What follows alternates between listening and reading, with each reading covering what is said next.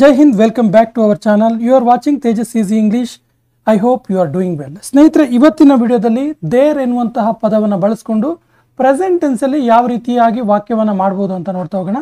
ಸ್ನೇಹಿತರೆ, ದೇರ್ ಇದೆಯಲ್ಲ, ದೇರ್ನ ಉಪಯೋಗವನ್ನು ನಾವು ಸಾಮಾನ್ಯವಾಗಿ ಎರಡು ಕಡೆಗಳಲ್ಲಿ ಮಾಡ್ತೀವಿ. ಒಂದು ಪ್ಲೇಸ್ ಬಗ್ಗೆ ಹೇಳಬೇಕಾದ್ರೆ, ಇನ್ನೊಂದು ಸಬ್ಜೆಕ್ಟ್ನ ಕುರಿತು ಹೇಳಬೇಕಾದ್ರೆ. ಸೊ ನೋಡಿ, ಪ್ಲೇಸ್ ಬಗ್ಗೆ ಹೇಳಬೇಕಾದ್ರೆ ಅಂದ್ರೆ ಸ್ಥಾನವನ್ನು ಕುರಿತು ಹೇಳಬೇಕಾದ್ರೆ ಮತ್ತು ಸಬ್ಜೆಕ್ಟ್ ಇಲ್ಲದಿರುವ ವಾಕ್ಯದಲ್ಲಿ ಸಬ್ಜೆಕ್ಟ್ ಆಗಿ ಬಳಸ್ಕೊಂಡು ಯಾವ ರೀತಿಯಾಗಿ ದೇರ್ನ ಪ್ರಯೋಗ ಆಗುತ್ತೆ ಅಂತೇಳಿ. ಸ್ನೇಹಿತರೆ, ಒಂದು ಸಿಂಪಲ್ ಸೆಂಟೆನ್ಸ್ ಅನ್ನು ಉದಾಹರಣೆ ಕೊಡ್ತೀನಿ ನೋಡಿ. ಪ್ಲೇಸ್ಗೆ ಯಾವ ರೀತಿಯಾಗಿ ಯೂಸ್ ಆಗುತ್ತೆ ಕೇಳಿದ್ರೆ, go there, sit there, stand there. ನೋಡಿ, ಈ ರೀತಿ ಈ ಒಂದು ವಾಕ್ಯದಲ್ಲಿ ಗೋ ದೇರ್ ಎನ್ನುವಂತಹ ಒಂದು ಕಮ್ಯಾಂಡ್ನಲ್ಲಿ ದೇರ್ ಅಂದರೆ ಅಲ್ಲಿ ಅಂದರೆ ಸ್ಥಾನವನ್ನು ಸೂಚನೆ ಮಾಡ್ತಾ ಇದೆ. ಇಲ್ಲಿ ಕೂಡ ಸಿಟ್ ದೇರ್ ಅಂದರೆ ಅಲ್ಲಿ ಅಂತ ಸೂಚನೆ ಮಾಡ್ತಿದೆ.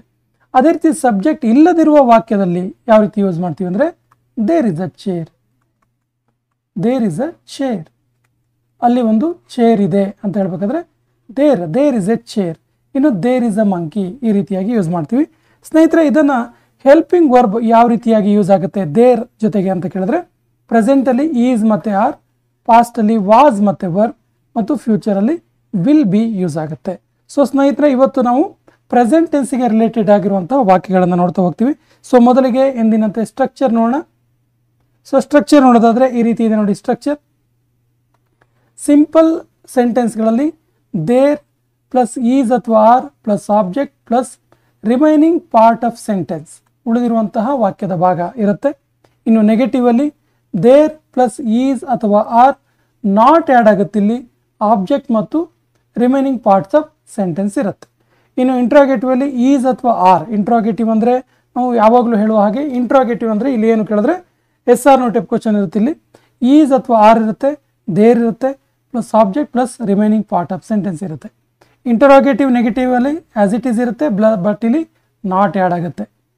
ಇನ್ನು WH ಕ್ವಶನಲ್ಲಿ ಹೌ ಮಚ್ ಅಥವಾ ಹೌ ಮೆನಿ ಇರುತ್ತೆ, ಆಬ್ಜೆಕ್ಟ್ ಇರುತ್ತೆ, ಈಸ್ ಅಥವಾ ಆರ್ ಇರುತ್ತೆ, ದೇರ್ ಇರುತ್ತೆ ಮತ್ತು ರಿಮೈನಿಂಗ್ ಪಾರ್ಟ್ ಆಫ್ ಸೆಂಟೆನ್ಸ್ ಇರುತ್ತೆ. ಸ್ನೇಹಿತರೆ, ಇದನ್ನ ಕನ್ನಡದಲ್ಲಿ ಒಮ್ಮೆ ನೋಡ್ತಾ ಹೋಗೋಣ ವಾಕ್ಯಗಳನ್ನು. ನನ್ನ ಬ್ಯಾಗಲ್ಲಿ ಒಂದು ಪುಸ್ತಕ ಇದೆ, ಸಿಂಪಲ್ ಸೆಂಟೆನ್ಸ್ ಇದು. ನನ್ನ ಬ್ಯಾಗ್ನಲ್ಲಿ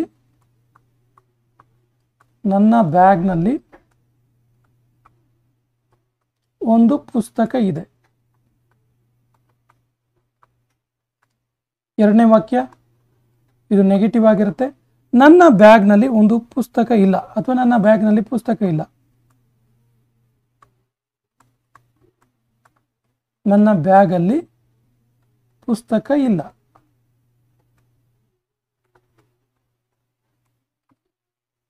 ಇನ್ನು ಇಂಟ್ರಾಗೇಟಿವ್ ಅಲ್ಲಿ ನನ್ನ ಬ್ಯಾಗಲ್ಲಿ ಪುಸ್ತಕ ಇದೆಯಾ,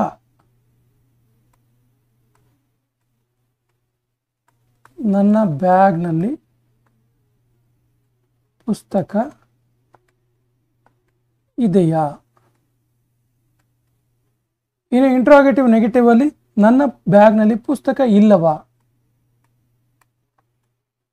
ನನ್ನ ಬ್ಯಾಗಲ್ಲಿ ಪುಸ್ತಕ ಇಲ್ಲವಾ. WH ಕ್ವಶನ್ ತುಂಬ ಈಸಿಯಾಗಿ ಮಾಡ್ಬೋದು. ನನ್ನ ಬ್ಯಾಗಲ್ಲಿ ಎಷ್ಟು ಪುಸ್ತಕ ಇದೆ, ನನ್ನ ಬ್ಯಾಗಲ್ಲಿ ಎಷ್ಟು ಪುಸ್ತಕ ಇದೆ. ಸ್ನೇಹಿತರೆ, ಈ ಸ್ಟ್ರಕ್ಚರಲ್ಲಿ ದೇರ್ ಎಲ್ಲ ಕಡೆ ದೇರ್ ರಿಪೀಟೆಡ್ಲಿ ಬರುತ್ತೆ. ಸೊ ಒಂದೊಂದಾಗಿ ವಾಕ್ಯವನ್ನು ನೋಡೋಣ. ನೋಡಿ, ದೇರ್ ಎಲ್ಲ ಕಡೆ ಇದೆ. ಸೊ ದೇರನ್ನು ಬಳಸ್ಕೊಂಡು ಯಾವ ರೀತಿಯಾಗಿ ಪ್ರೆಸೆಂಟ್ ಟೆನ್ಸಲ್ಲಿ ವಾಕ್ಯವನ್ನು ರಚನೆ ಮಾಡ್ತೀವಿ ಅಂತೇಳಿ ಬಹಳ ಸುಲಭವಾಗಿ ನೋಡಿ. ನನ್ನ ಬ್ಯಾಗ್ನಲ್ಲಿ ಒಂದು ಪುಸ್ತಕ ಇದೆ. There is a book in my bag. ನೋಡಿ, there is a book in my bag. There is a book in my bag. ನನ್ನ ಬ್ಯಾಗಲ್ಲಿ ಪುಸ್ತಕ ಇಲ್ಲ. There is no book in my bag. ನೋಡಿ, there is no book in my bag. ನನ್ನ ಬ್ಯಾಗಲ್ಲಿ ಪುಸ್ತಕ ಇದೆಯಾ, is there a book in my bag. Is there a book in my bag. ನನ್ನ ಬ್ಯಾಗಲ್ಲಿ ಪುಸ್ತಕ ಇಲ್ವಾ? Is there no book in my bag? Is there no book in my bag? ನನ್ನ ಬ್ಯಾಗಲ್ಲಿ ಪುಸ್ತಕ ಇಲ್ವಾ?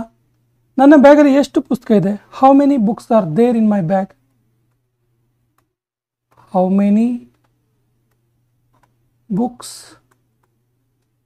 R there in my bag? So ನೋಡಿ, ಈ ರೀತಿಯಾಗಿ ಮಾಡ್ತೀವಿ ಸ್ನೇಹಿತರೆ.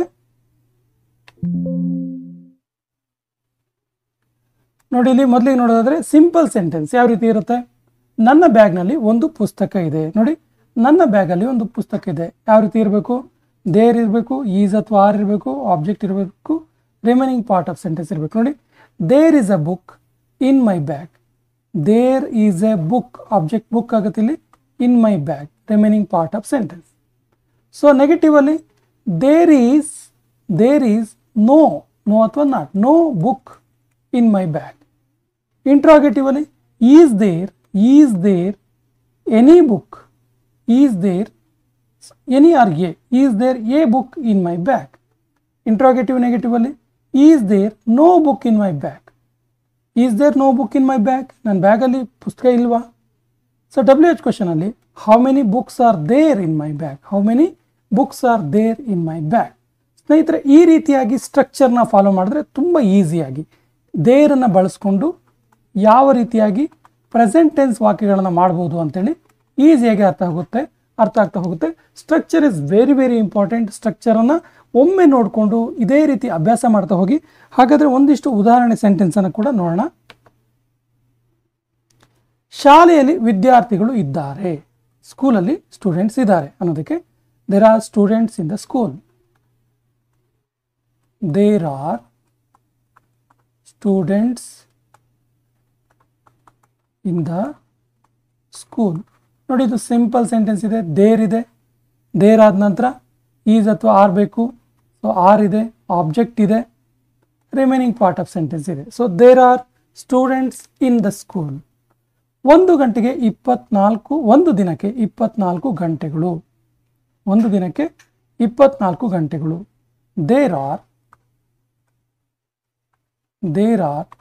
24 hours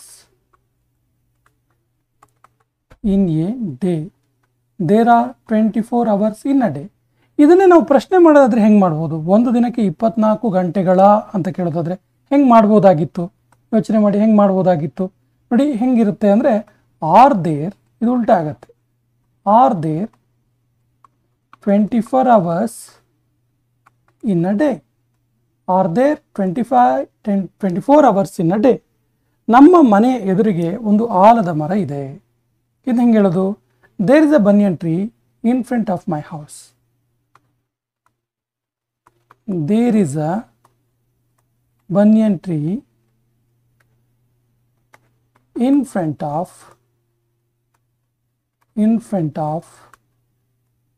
my house. There is a banyan tree in front of my house. ನೋಡಿ, ಇದು there plus is plus subject and remaining part of sentence. There is a banyan tree in front of my house. ಅಲ್ಲಿ ಏಕೆ 3 ವಿದ್ಯಾರ್ಥಿಗಳು ಇದ್ದಾರೆ? ಅಲ್ಲಿ ಯಾಕೆ 3 ಜನ students ಇದ್ದಾರೆ ಅಂತ ಕೇಳೋದಾದ್ರೆ ಹೆಂಗೆ ಕೇಳಬೇಕು? Why are there 3 students? Why are there 3 students? Why are there 3 students? ಅವನ ಬೈಕ್ನಲ್ಲಿ ಎಷ್ಟು ಪೆಟ್ರೋಲ್ ಇದೆ? ಅವನ ಬೈಕಲ್ಲಿ ಎಷ್ಟು ಪೆಟ್ರೋಲ್ ಇದೆ ಕೇಳೋದಕ್ಕೆ how much petrol is there in his bike? How much petrol is there in his bike? How much petrol is there in his bike? ನದಿಯಲ್ಲಿ ಮೀನುಗಳು ಇವೆ. ನದಿಯಲ್ಲಿ ಮೀನುಗಳು ಇವೆ. There are fish in the river. There are fishes in the river. ನದಿಯಲ್ಲಿ ಮೀನುಗಳು ಇವೆ. ಅಲ್ಮೇರದ ಒಳಗಡೆ ಒಂದು ಬಾಕ್ಸ್ ಇದೆ. ನೋಡು, ಅಲ್ಮೇರದ ಒಳಗಡೆ ಒಂದು ಬಾಕ್ಸ್ ಇದೆ ಅಂತೀವಲ್ಲ, ಹೆಂಗೆ ಹೇಳ್ಬೇಕು ಇದನ್ನ? There is a box in the almirah. There is a box there is a box in the almirah. ಅವನ ಮನೆಗೆ 4 ಬಾಗಿಲುಗಳಿದ್ದಾವೆ. ಅವನ ಮನೆಗೆ 4 ಬಾಗಿಲುಗಳಿದ್ದಾವೆ. ಹೆಂಗೆ ಹೇಳ್ತೀವಿ? There are 4 doors in his house. There are 4 doors in his house. ಸ್ನೇಹಿತರೆ, ಈ ಎಲ್ಲ ವಾಕ್ಯಗಳು ನಾವು ಹಿಂದೆ ಹೇಳಿದಂತಹ ಸ್ಟ್ರಕ್ಚರ್ಗೆ ಅನುಗುಣವಾಗಿಯೇ ಇದೆ. ಒಂದೊಂದಾಗಿ ಇನ್ನೊಮ್ಮೆ ನೋಡೋಣ. ಶಾಲೆಯಲ್ಲಿ ವಿದ್ಯಾರ್ಥಿಗಳು ಇದ್ದಾರೆ. There are students in the school. There are students in the school. ಒಂದು ದಿನಕ್ಕೆ 24 ಗಂಟೆಗಳು. There are 24 hours in a day. ನಮ್ಮ ಮನೆ ಎದುರಿಗೆ ಒಂದು ಆಲದ ಮರ ಇದೆ. There is a banyan tree in front of my house. ಅಲ್ಲಿ ಏಕೆ 3 ವಿದ್ಯಾರ್ಥಿಗಳು ಇದ್ದಾರೆ? Why are there 3 students? ಅವನ ಬೈಕ್ನಲ್ಲಿ ಎಷ್ಟು ಪೆಟ್ರೋಲ್ ಇದೆ? How much petrol is there in his bike? ನದಿಯಲ್ಲಿ ಮೀನುಗಳು ಇವೆ. There are fishes in the river. ಅಲ್ಮೇರಾದ ಒಳಗೆ ಒಂದು ಬಾಕ್ಸ್ ಇದೆ. There is a box in the almirah. ಅವನ ಮನೆಗೆ 4 ಬಾಗಿಲುಗಳಿವೆ. There are 4 doors in his house. There are 4 doors in his house. ಇನ್ನೊಂದಿಷ್ಟು ಎಕ್ಸಾಂಪಲ್ಗಳನ್ನು ನೋಡೋಣ. ಪುಸ್ತಕದಲ್ಲಿ ಎಷ್ಟು ಪುಟಗಳಿವೆ? ಪುಸ್ತಕದಲ್ಲಿ ಎಷ್ಟು ಪುಟಗಳಿವೆ ಅಂತ ಕೇಳೋದಕ್ಕೆ how many pages? How many pages? How many pages are there in the book? How many pages are there in the book? Then ಮಕ್ಕಳು ಏಕೆ ಆಟದ ಬಯಲಿನಲ್ಲಿ ಇದ್ದಾರೆ ಅಂತ ಹೇಳೋದಕ್ಕೆ why are the children in the field? Why are the children in the field? ಮಕ್ಕಳು ಯಾಕೆ ಆಟದ ಬಯಲಿನಲ್ಲಿ ಇದ್ದಾರೆ? ನೀರಿನ ಬಾಟಲ್ನಲ್ಲಿ ನೀರು ಇದೆ. ನೀರಿನ ಬಾಟಲಲ್ಲಿ ನೀರಿದೆ ಅಂತ ಹೇಳೋದಕ್ಕೆ there is water in the bottle. There is water in the bottle. There is water in the bottle. ಬಾವಿಯಲ್ಲಿ ನೀರಿದೆಯಾ? ಬಾವಿ ಒಳಗಡೆ ನೀರಿದೆಯಾ ಕೇಳೋದಕ್ಕೆ is there water? Is there water in the well? In the well. ಬಾವಿ ಒಳಗಡೆ ನೀರಿದೆಯಾ ಕೇಳ್ತೀವಲ್ಲ. ಅಲ್ಲಿ ಒಂದು ಮರ ಇದೆ. There is a tree. There is a tree. ಕಾಡಿನಲ್ಲಿ ಒಂದು ಸಿಂಹ ಇದೆ. There is a lion. There is a lion in the forest. There is a lion in the forest. ಗೋಡೆಯ ಮೇಲೆ ಗಡಿಯಾರ ಇದೆ. There is a clock on the wall. There is a clock on the wall. ನೋಡಿ, ಒಂದೊಂದಾಗಿ ನೋಡೋಣ. ಪುಸ್ತಕದಲ್ಲಿ ಎಷ್ಟು ಪುಟಗಳಿವೆ? ಕ್ವಶನ್ ಇದು. So how many pages are there in the book? ಮಕ್ಕಳು ಏಕೆ ಆಟದ ಬಯಲಿನಲ್ಲಿ ಇದ್ದಾರೆ? Why are the children in the field? ನೀರಿನ ಬಾಟಲಲ್ಲಿ ನೀರಿದೆ. There is water in the bottle. There is water in the bottle. ಬಾವಿಯಲ್ಲಿ ನೀರು ಇದೆಯಾ? Is there water in the well? Is there water in the well? ಅಲ್ಲಿ ಒಂದು ಮರ ಇದೆ. There is a tree. There is a tree. ಕಾಡಿನಲ್ಲಿ ಒಂದು ಸಿಂಹ ಇದೆ. There is a lion in the forest. There is a lion in the forest. So ಗೋಡೆಯ ಮೇಲೆ ಗಡಿಯಾರ ಇದೆ. There is a clock on the wall. There is a clock on the wall. ಸ್ನೇಹಿತರೆ, ಈ ರೀತಿಯಾಗಿ ಸ್ಟ್ರಕ್ಚರ್ನ ಉಪಯೋಗಿಸ್ಕೊಂಡು ವಾಕ್ಯ ಮಾಡ್ತಾ ಹೋದರೆ 100% ನೀವು ಕೂಡ ಇಂಗ್ಲೀಷನ್ನು ಮಾತಾಡ್ಬೋದು. ಸೊ ಇವತ್ತಿನ ಕೊನೆಯ ಇದಕ್ಕೆ ಬರೋಣ. So day 9 worksheet. ಸ್ನೇಹಿತರೆ, 60 ಡೇಸ್ ಸ್ಪೋಕನ್ ಇಂಗ್ಲೀಷ್ ಕೋರ್ಸ್ನ 9ನೇ ದಿನದಲ್ಲಿದ್ದೀವಿ. 60 days spoken English course. So ಈ ಹಿಂದಿನ 60 ಡೇಸ್ ಸ್ಪೋಕನ್ ಇಂಗ್ಲೀಷ್ ಕೋರ್ಸ್ನ ಹಿಂದಿನ ವಿಡಿಯೋಗಳನ್ನು ಕೂಡ ನೋಡಿ ಅಂತ ಹೇಳ್ತಾ ಈ ಸೆಷನ್ನ ಡೇ 9ನ ವರ್ಕ್ಶೀಟನ್ನು ನೋಡೋಣ. ಇದಕ್ಕೆ ಸರಿಯಾದ ಇಂಗ್ಲೀಷ್ ವಾಕ್ಯವನ್ನು ನೀವು ಕಮೆಂಟ್ ಬಾಕ್ಸಲ್ಲಿ ಕಮೆಂಟ್ ಮಾಡಬೇಕಾಗತ್ತೆ ಮತ್ತು ಮಾತನಾಡೋದಕ್ಕೆ ಪ್ರಾಕ್ಟೀಸ್ ಮಾಡಬೇಕಾಗತ್ತೆ. ಮೊದಲ ವಾಕ್ಯ, ಅಲ್ಲಿ ಒಂದು ಮಾವಿನ ಮರ ಇದೆ. ನಿಮ್ಮ ಶಾಲೆಯಲ್ಲಿ ಎಷ್ಟು ಶಿಕ್ಷಕರಿದ್ದಾರೆ? ಬೆಂಗಳೂರಲ್ಲಿ ಕೇವಲ 100 ಶಾಲೆಗಳೇ ಇರೋದಾ? ನಿನ್ನ ಆಫೀಸಲ್ಲಿ AC ಇದೆಯಾ? ಮನೆಯಲ್ಲಿ ಯಾರೂ ಇಲ್ಲ. ಸೊ ಈ ವಾಕ್ಯಗಳಿಗೆ ಸರಿಯಾದ ಇಂಗ್ಲಿಷ್ ವಾಕ್ಯವನ್ನು ಕಮೆಂಟ್ ಬಾಕ್ಸಲ್ಲಿ ಕಮೆಂಟ್ ಮಾಡಿ.